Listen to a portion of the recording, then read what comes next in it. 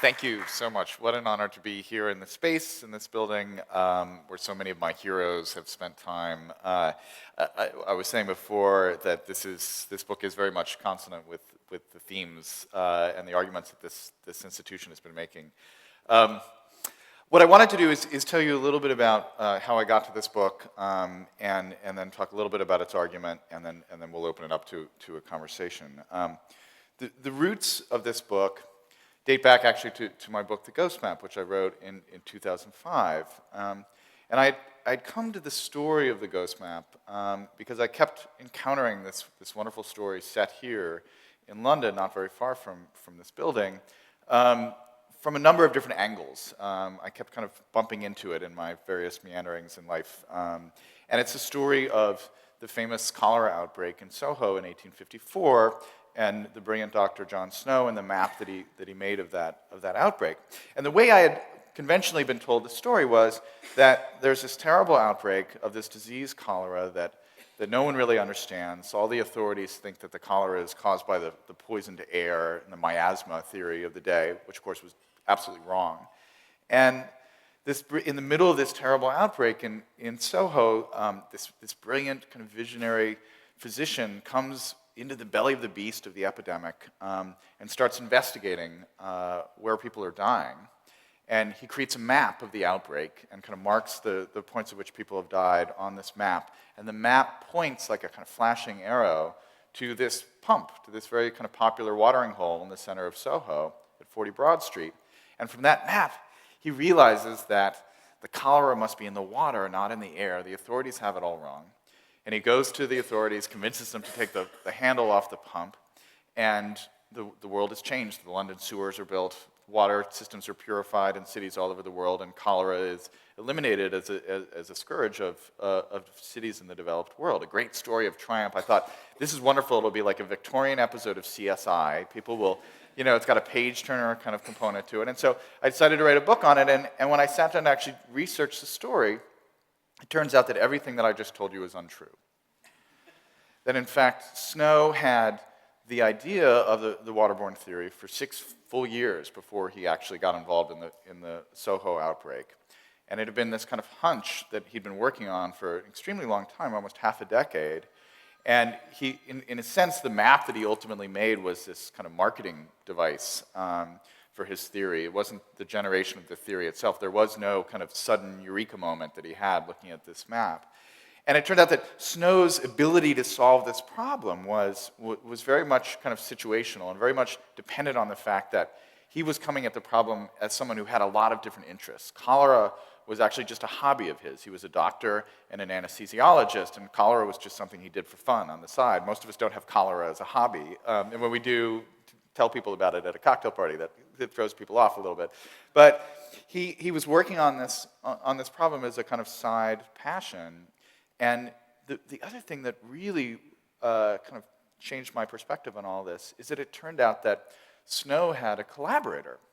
In fact, this guy, Henry Whitehead, who was a local vicar, who was not at all a man of science, who brought a different kind of set of intellectual skills, a different kind of intelligence to the problem. He was a classic connector who knew everyone in the neighborhood and was able to track down all these different cases that Snow wasn't able to kind of get to. And so he helped build out the data set that the map was built upon. And in fact, it was Whitehead who tracked down the original patient 0 of the outbreak, which was crucial in convincing the authorities of the efficacy of Snow's theory in the first place. And he was almost entirely ignored in almost all the accounts of the outbreak that I had read. And so I realized that here you had this kind of seemingly very clear-cut story of a classic lone genius with a eureka moment. And it turned out that, in fact, it was a much slower, much more collaborative, much more networked kind of affair. And I think for that reason, it was much more interesting. And so as I was writing that book, I realized that I was kind of developing this kind of latent theory about innovation, about ideas that change the world and the spaces that make them possible. And I thought, well, that'll be a really interesting topic for a book. I'll take that kind of latent theory and turn it front and center and write a book about it. And so I convinced my editors that that would be a good idea, and so sold them this proposal, and I started to work on it. And very early on, I had this idea that it would be useful to actually look also at biological systems. Not just systems in human culture and society, but also systems in biology, ecosystems, that were unusually innovative in their creation of biodiversity. Because I thought that if you look at environments like tropical rainforests or coral reefs, you would see kind of similar patterns that would be shared by both these different systems. And I thought it would be kind of illuminating.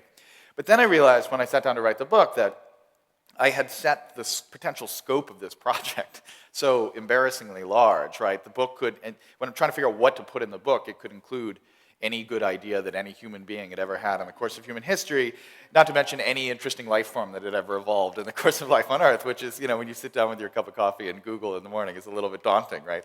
So for a while, I kind of panicked, and then I decided that one interesting place to start would be to look at the history of ecosystem science, because I realized what I was, in a sense, was writing about was idea ecosystems and the flow of ideas and information through society. And so I thought maybe there's an interesting story about the history of ecosystems theory and science. And so I started to dig around in that, and it led me to the story of Joseph Priestley, the amazing Enlightenment era chemist and radical religious thinker and politician. Now, Priestley is most famous for isolating oxygen for the first time, although technically it turns out he wasn't the first one to do it, and when he did isolate oxygen, he gave it the name dephlogisticated air, which didn't really take off as a brand for oxygen. But I discovered in going through his life that he, in fact, was responsible for an equally important idea that I think he deserved more credit for, which was that he was the first person to realize that plants were creating oxygen. And he had devised this very ingenious set of experiments to show that, in fact, our breathable air was being manufactured every day by plants as kind of the waste product of photosynthesis. And this is one of the kind of core insights in our understanding of kind of global ecosystems. We have an environment that allows us to breathe precisely because it's being manufactured for us every day, every second of every day, by the plants. And so I started to dig into that story a bit, and as I got further and further into it, it turned out that Priestley also had a collaborator in that very experiment that nobody had ever talked about, and his name turned out to be Benjamin Franklin, one of the kind of old fellows of this amazing establishment. And so, as an American, reading this story about Franklin's connection to Priestley, and it turned out that Franklin was the one who suggested to Priestley the global scope of his discovery. Right? Priestley had done a very interesting kind of local experiment, literally in his kitchen. And in writing a letter about it to Franklin, it was Franklin who had suggested, okay, there's a broader view here. This is probably a pattern that is happening all over the world, and it makes a lot of sense. And so it was really this kind of intellectual duet between these two men working on this problem, one a great experimental scientist, the other kind of a maverick and a big thinker. And it was through this dialogue that they were able to kind of concoct and nurture this idea that would ultimately change our understanding of the world. So the more interested I got in Priestley, it turned out he had all these connections to the American founding fathers and so on. And so then I realized I had to write a book about Priestley.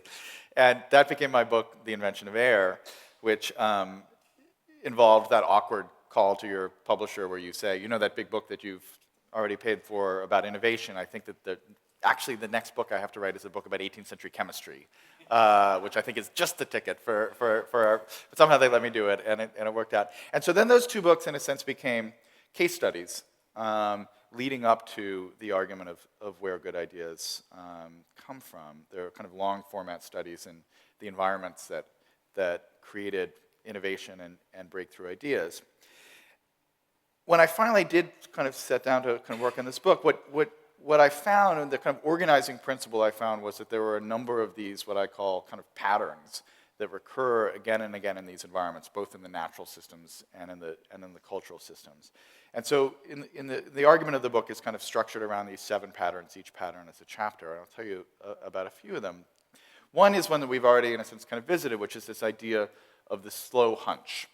For some reason, we have this overwhelming desire to tell stories of breakthrough ideas and innovation as Eureka moments. That was the beauty of telling the Jon Snow cholera story as this kind of sudden epiphany, looking at the map. But in fact, when you go back and look at the historical record, it turns out that the stories are often much longer, much slower, much more nuanced, and much more collaborative than we give them credit for.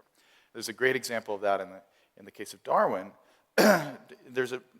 In Darwin's own autobiography, he tells the story of coming up with the idea for natural selection as a classic Eureka moment. He's sitting alone in his study in 1838, reading Malthus on population, and all of a sudden, as he writes, the idea, the kind of the basic algorithm of natural selection pops into his head. And he says, at last I had a theory with which I could work. And it's a wonderful story. It sounds kind of beautiful. It kind of makes sense that something as elegant as natural selection would just pop into your head. And for more than 100 years, that was the canonical story. Scholars would call it the Malthusian epiphany. But in fact, about 20 years ago, a wonderful scholar, kind of intellectual historian and psychologist named Howard Gruber went back and reread Darwin's notebooks from the period. And Darwin kept these amazing notebooks. In the Enlightenment, they were often called commonplace books. And the commonplace book was a great engine of innovation, actually, in many ways in the period. People would transcribe very dutifully quotes from books that they found influential. And they would also intersperse it with their own notes and their own kind of ideas and sketches and drawings and things like that. And they would go back and reread these books, stitched together from all these different perspectives, all these different voices, interspersed with their own voices. And it was this process of kind of borrowing and remixing and then revisiting that created their own kind of intellectual presence. I mean, John Locke, Thomas Jefferson, Franklin, Priestley, Darwin, all these people kept these very elaborate commonplace books. It was a fantastic device. It was a bit like kind of a private version of blogging something that you see interesting and kind of grabbing it and putting it somewhere else. But the important thing is that they were rereading their own work. That revisiting of their own ideas and these influential quotes was crucial to the exercise. So Darwin kept these very elaborate notebooks, and we have them, so we can read them through in kind of linear fashion. And you can see Darwin's ideas and his thinking kind of evolving on the page. And what Gruber found when he went back to these books is, in fact, that there is indeed an entry in late 1838 marking the night when he reads Malthus and he has this alleged epiphany. There are a lot of exclamation points. He's very excited. But it turns out that 3 or 4 months leading up to that, there are numerous passages in Darwin's notebooks where he seems to be writing out the theory of natural selection in full dress, right? He seems to, they're quotes that you would think were taken directly from an evolutionary science textbook. And then even the morning after he has this amazing breakthrough, you would think that you would have the most important scientific idea of the 19th century, you would be celebrating the next day. But he actually writes as if nothing has happened. He goes and writes this kind of little riff about the sexual curiosity of primates that seems to have nothing to do with his big epiphany the night before. And it isn't for another 2 months that he actually starts writing about his theory as this thing that he actually has, as this kind of unified thing. And then the question becomes what he's going to do with it, which, of course, he spends 20 years trying to figure out. And so it turns out that there's no real epiphany there, even though Darwin wanted to tell it that way, even though Darwin himself was drawn to that kind of telling of the story. In fact, the process is much slower and much more cumulative, much more evolutionary in a way, appropriate for Darwin. Now, when you think about innovation, when you think about good ideas as coming into the world as hunches, as fragments, not as full-blown revelations, then it changes a lot of your thinking about what kind of environment you want to put yourself in order to have these ideas. What are the environments that are going to be the most fertile for breakthroughs? And one of the things that I've seen again and again in researching this book is that the environments that really facilitate breakthrough ideas are environments where hunches are allowed to collide kind of serendipitously with other hunches in other people's minds. It's not the kind of lone genius isolated from the rest of the world, sitting around in glorious isolation trying to think big thoughts. It's much more the kind of clash and collision and remixing and borrowing that dominates. And one interesting principle of this is if you look at the kind of long history of civilization, one of the by far and away one of the most productive environments for generating innovation is a big metropolitan city. again and again and again, cities drive ideas in the arts, in commerce, in science. When you crowd people together, innovation seems to flourish. If innovation were all about isolating yourself and focus and deep kind of contemplative silence, then rural areas would outperform the cities. But in fact, it turns out that innovation is disproportionately high in cities. It's not just a matter of more people being in cities. In fact, there have been a number of recent studies where they've shown that cities are, the bigger they get disproportionately more innovative. A city that is 10 times bigger than another city is often as big as 30 times more innovative.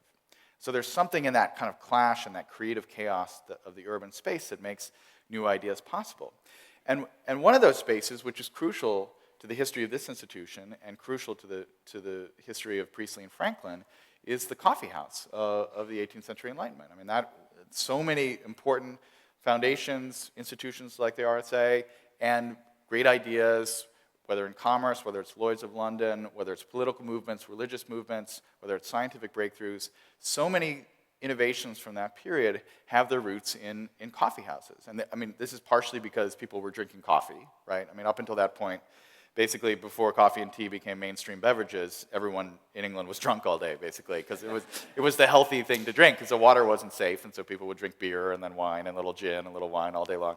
And so when you switch from a depressant to a stimulant as a society, you're going to have better ideas. There's no question about it.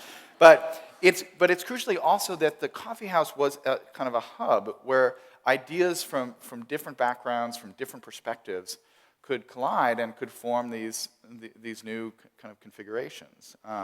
Franklin and Priestley and his friends would gather at the London Coffee House, which was over by St. Paul's. I went around to try and find this place. There should be a plaque there because it's an amazing kind of historical landmark in the history of the city. And I don't think there is anything, although there is a Starbucks very near it. So they're kind of keeping the torch. But they had this group called the Club of Honest Whigs that would sit around and kind of debate things and have these free-ranging conversations. And it was precisely because there was so much kind of diversity and so much fluidity. In the book, I call these liquid networks, right, where ideas are kind of free to bounce off each other and to kind of form these new amazing kind of higher level forms. Now, the overarching principle, I think, that comes out of this and of the other patterns that I talk about in the book is that we pay kind of an implicit innovation tax anytime we spend our resources trying to protect and close off our ideas from the outside world. When we build barriers outside of ideas, whether those barriers are built out of intellectual property law or whether they're built out of closed R&D labs, every time we do that in pursuit of some kind of ultimate financial reward, there is a cost to that in the long-term innovation of society itself because those ideas are not able to move from mind to mind. The hunches aren't able to collide with other hunches. And they aren't able to become platforms that enable other people to build on top of those ideas. And so part of the argument of the book is that we need to spend as much time valuing the connections between ideas as we do trying to protect those ideas. That we don't want to build too many. It's not that there is no room for intellectual property law. There is, but we want to get the balance right and to recognize that it is not entirely simply the kind of financial rewards and the vast paydays of the kind of the entrepreneur coming up with something hoping to make $1 billion. It's not just that drives innovation. It's also the kind of the open flow of connection and remixing that drives a lot of that process. Now, on my book tour, which I've just come back from the US tour, one of the things that happens on a book tour is that it turns out that the questions end up being quite predictable. I'm sure today the questions will be completely new, but oftentimes your publicist is feeding reporters questions that they haven't even read the book, so they're just reading from a list. But with this book, I actually, on the second stop in Seattle, I was asked a question which I've never been asked before in private or in public by this interviewer on a public stage in Seattle, and he said, well, I've read the book, and my first question to you, based on your arguments here, is, are you a communist? Wait, okay, I thought you were going to ask, where did you get the idea for this book? And it was, while I am not a communist, and I'm here to tell you that I'm not a communist, it's actually, and he meant it as a joke, but it's an interesting question because when we look at environments that are truly open, when we look at open platforms like the internet and the web and open source platforms and so much of the amateur science that propelled the Enlightenment, where people were working and advancing these ideas for the pure kind of love of it and the kind of social value, the social capital they got from sharing their ideas and building on top of other people's ideas. When we celebrate that part of our history and that part of our present, the problem we have is that we don't really have an easy kind of political slot to put ourselves in. Those environments do, in fact, work outside of traditional market economies. They often create platforms like the internet that enable amazing commercial developments, but they are themselves not driven by market forces. And yet they are as far from state-centralized, top-down central planning as greed is good capitalism is. They're in this kind of interesting netherworld where they're about decentralized collaboration that works outside of markets, but that is not top-down, not driven by government intervention. And that area is actually a very fertile, very productive part of society. It's been a major driver of progress over the last 300 years.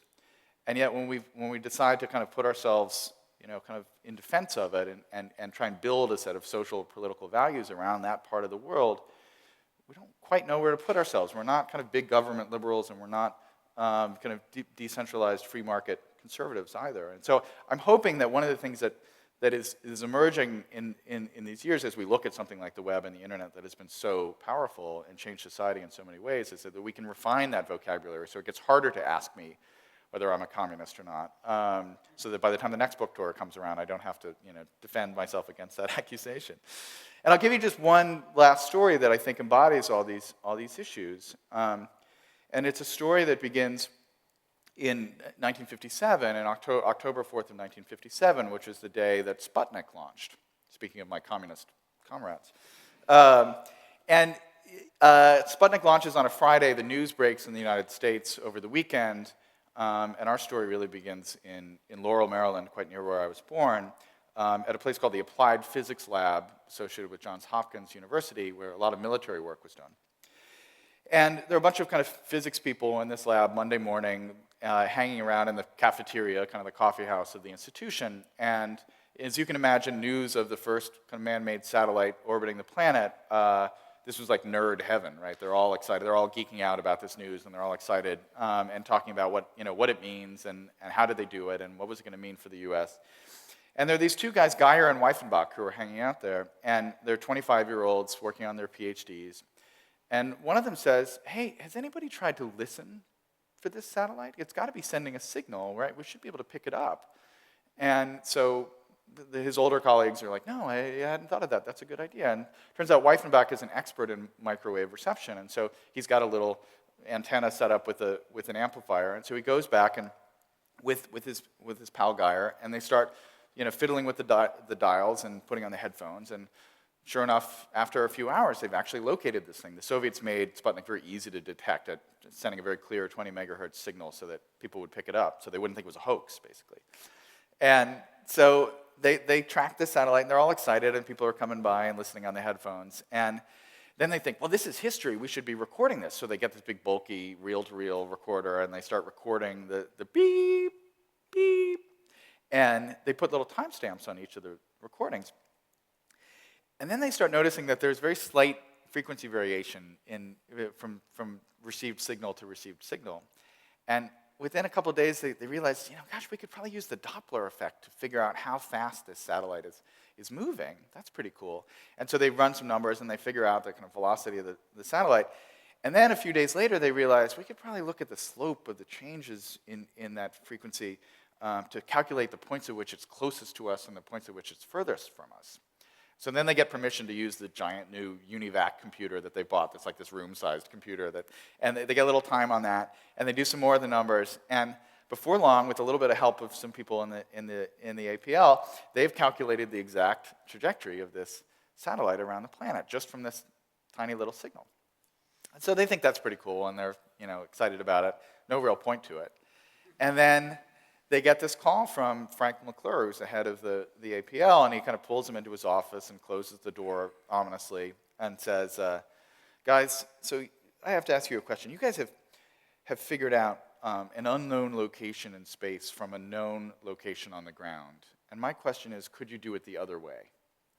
And they're like, why would you want to do that? And he's like, just could you do it the other way?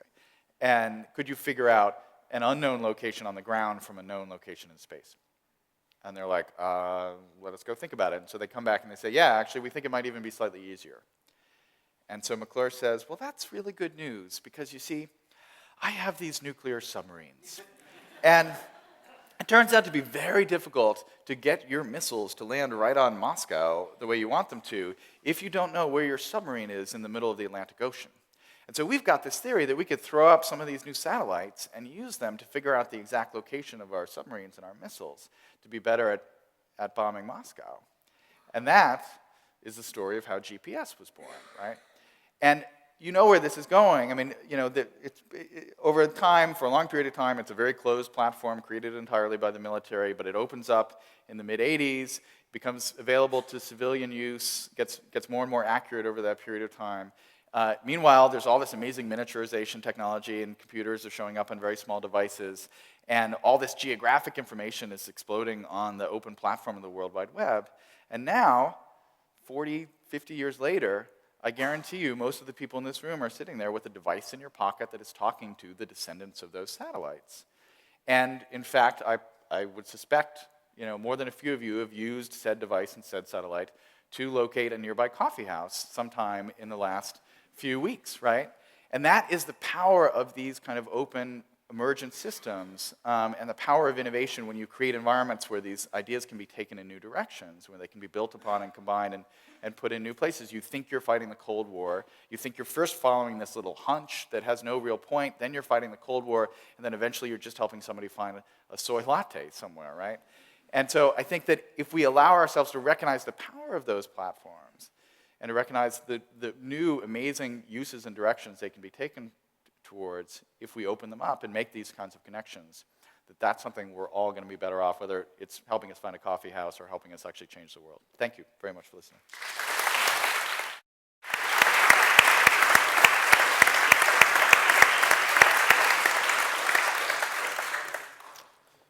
Well, Stephen, that was fantastic. We've got a lot of people who want to ask questions, so I'm just going to ask 3, and I'll make them short, and I'll ask you to give me short answers so that we can open it up. Yes or no answers all the way through.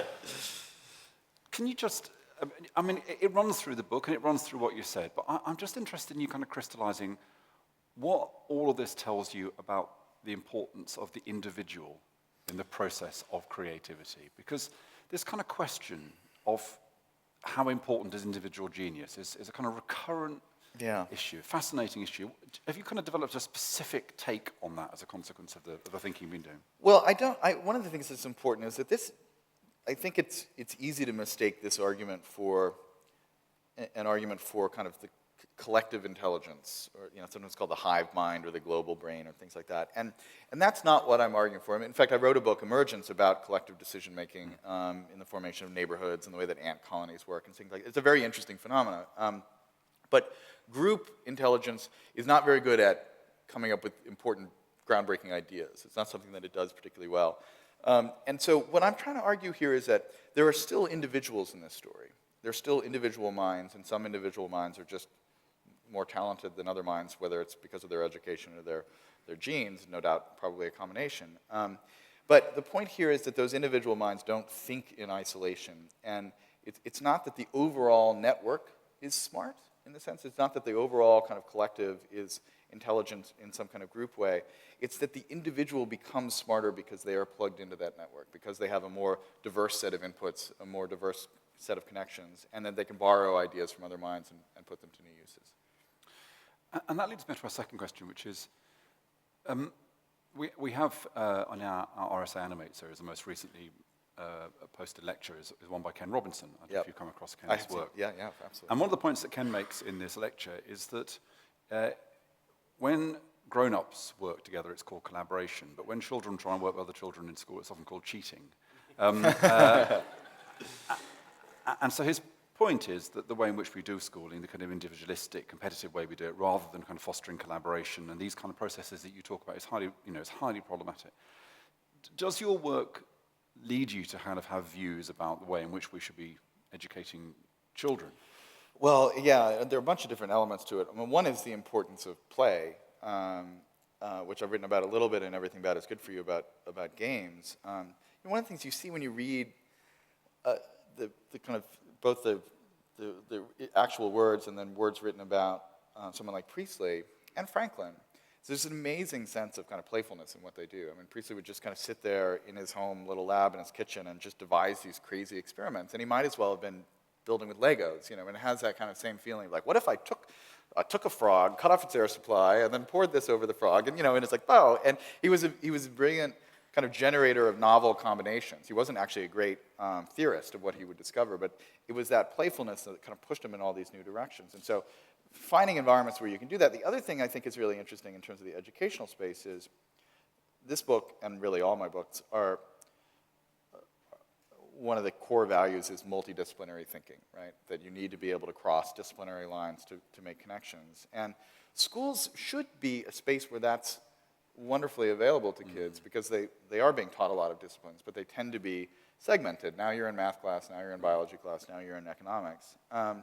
And so I think one great opportunity is to kind of teach situationally a little bit more, so that you teach, and maybe using simulations. Games are a great possibility for this.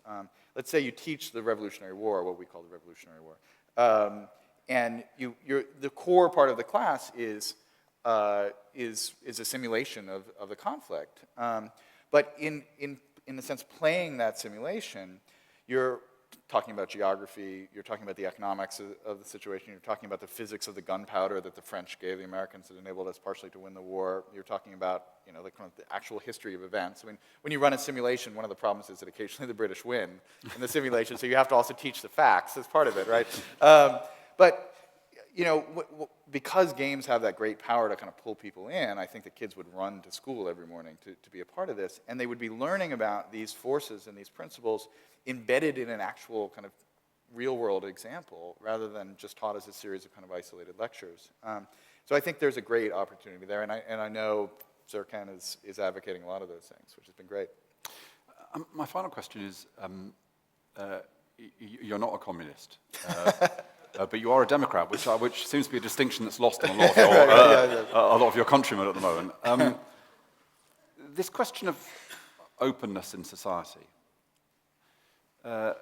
it kind of looks as though China's doing it better than a lot of other places at the moment, and it's not a particularly open society in certain ways. So do you have kind of reflections on the importance of democracy and of liberty in creating the kind of context for ideas? Of course, at the beginning of the Enlightenment, notions of democratic reform went alongside scientific and technological innovation in that kind of general sense. But there's a kind of questioning of that now. People are starting to say, well, hang on, is it necessarily the case that freedom and creativity go together in the way that we might have comfortably assumed in the past? Yeah.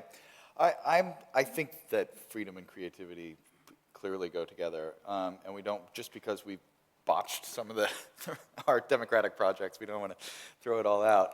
One of the things that I'm very interested in, and I think the Obama administration gets this in a very real way, is opening up in a sense, opening up the platform of government to allow innovation from the outside, from outside of government. Al Gore had a big program in the United States called Reinventing Government, which was trying to make government more nimble and more innovative from the inside. The idea that people are experimenting with now, and the current administration is very much invested in this, is this idea that there is all this information, all these resources, all these services that governments provide, both federal and local, that people don't know anything about. The government is a terrible advocate for itself. I mean, we have amazing advertising firms that explain to us why this brand of chiclets is better than this brand of chiclets and will help us get girls. But governments do a very bad job of explaining all the things that they actually do and all the information that they have that could be useful. And so what people have started to argue, this is a phrase from Tim O'Reilly, the kind of futurist, which is that the governments should think of themselves as being like software platforms, where people can come and kind of innovate on top of the platform itself. And so I'll give you just one quick example. There was an amazing program in Washington, D.C., my old hometown, which had a chronically non-innovative city government. And they had a very smart chief technology officer of the city, and he basically said that they were going to create a competition where they were going to make public all this information that the city government has. And they were going to open it up so that people could build interesting applications on top of it, whether for the web or for your iPhone or your Android device and so on. And they basically said, we're going to give $10,000 to the winner, $5,000 to the runner-up. The only condition is that if you make an app that uses this civic data in some way, you have to release it to the rest of the world. And so in about 2 months, they had 47 apps that had been created. And they were really useful things like, looking at your tax dollars and where they were being spent geographically, and also things like there was an app called Stumble Safely, which was very useful, which is if you're at a bar and you're too drunk to drive home, this will calculate the safest route home as a pedestrian based on crime data so that you can get back to your house, right? Useful and exactly the kind of thing that city governments rarely build, right? And they estimated that if they had done this competition through the traditional bureaucratic channels of like, okay, now we're going to put out an RFP and we're going to request, consultants to come in and tell us what they need to build, it would have cost $2 million and taken them 2 years. And instead, it cost them maybe $20,000 and it took about 2 months. And now that guy, the CTO of DC from that period, is now the Chief Information Officer of the United States of America in the Obama administration. So that kind of open platform model for governments and states, I think, is a really interesting space to explore.